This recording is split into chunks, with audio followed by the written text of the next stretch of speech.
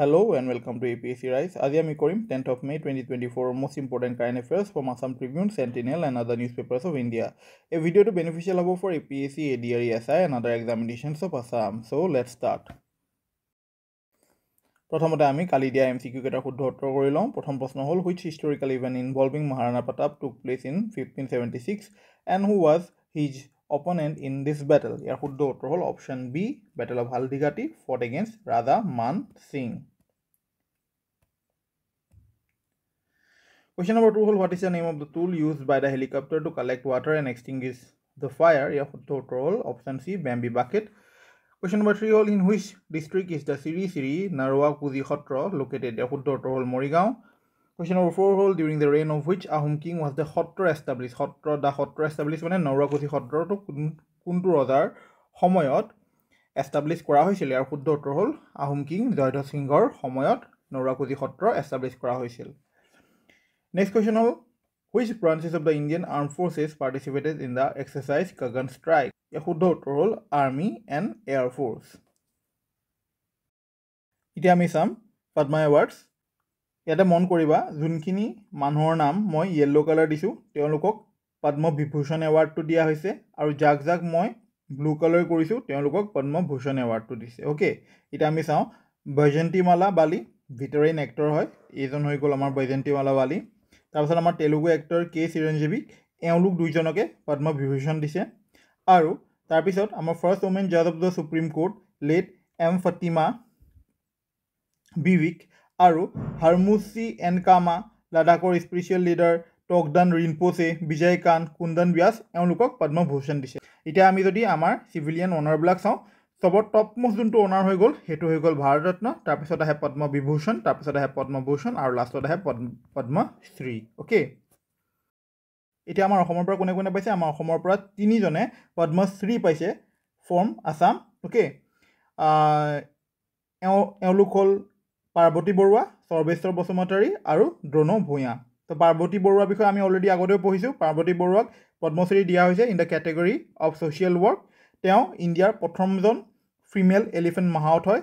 তেওঁক 2023 চনৰ অসম গৌৰৱ এৱাৰ্ডো দিয়া হৈছে আৰু ইউনাইটেড নেশ্যনছৰ environment programme global 500 roll of honour এৱাৰ্ডো দিয়া হৈছে ইন 1989।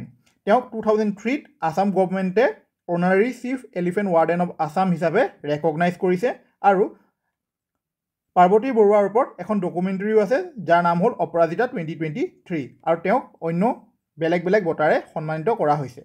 নেক্সট আমি চাওঁ এবাউট শ্ৰী সৰ্বেশ্বৰ বসুমতাৰী। তেওঁ চিৰাঙৰ হয়। He adopted mix integrated farming approach and cultivated varieties of crops.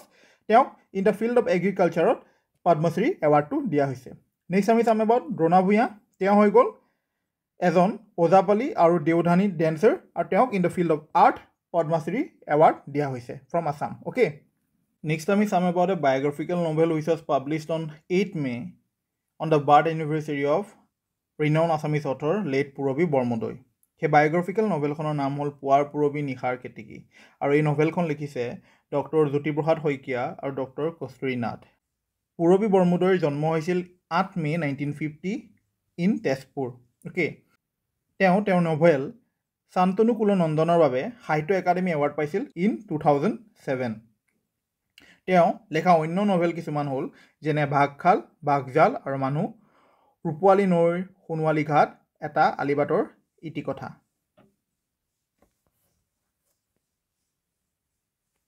তেওঁ লেখা অন্য নভেলছবোৰ যেনে গজৰাজ প্ৰেম আৰু বন্দিত্ব। তেওঁ লেখা নভেলাজ হ'ল যেনে পৰম পূজনীয় আৰু দুখন উপন্যাসিকা, নিৰ্বাচিত উপন্যাসিকা। তেওঁ লেখা শ্বৰ্ট ষ্টৰিজ হ'ল যেনে শীতৰ কুঁৱলী, পূৰবী বৰমুদৈৰ নিৰ্বাচিত গল্প প্ৰথম খণ্ড, পূৰবী বৰমুদৈৰ নিৰ্বাচিত গল্প দ্বিতীয় খণ্ড আৰু তৃতীয় খণ্ড। তাৰপিছত আছে হেৰুৱাজনক বিচাৰি আৰু অনন্য গল্প, অৱশেষত বৰষুণ, সপোনৰ ঘৰ ঘৰৰ সপোন আৰু ৰ'দৰ ৰং।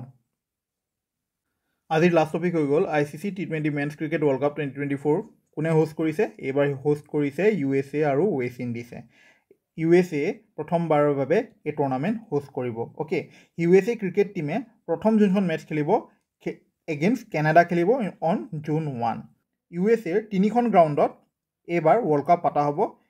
সেই তিনিখন গ্ৰাউণ্ড হ'ল Eisenhower park in New York, Broward County in Lauderhill, Florida, Grand Prairie Stadium in Dallas, Texas. Interestingly India পাকিস্তানৰ যোনখন মেটচ হ'ব ৱৰ্ল্ড কাপত জুন 9ত সেই মেটচখন হ'ব আইজেনহাৱাৰ পাৰ্ক ইন নিউয়ৰ্ক। আজি পঢ়োৱা টপিকছকেইটাৰ ওপৰত ভিত্তি কৰি মই 4টা MCQ দিছোঁ, তোমালোকে কৰিব চেষ্টা কৰিবা আৰু কমেণ্ট ছেকশ্যনত শুদ্ধ উত্তৰটো দিবা।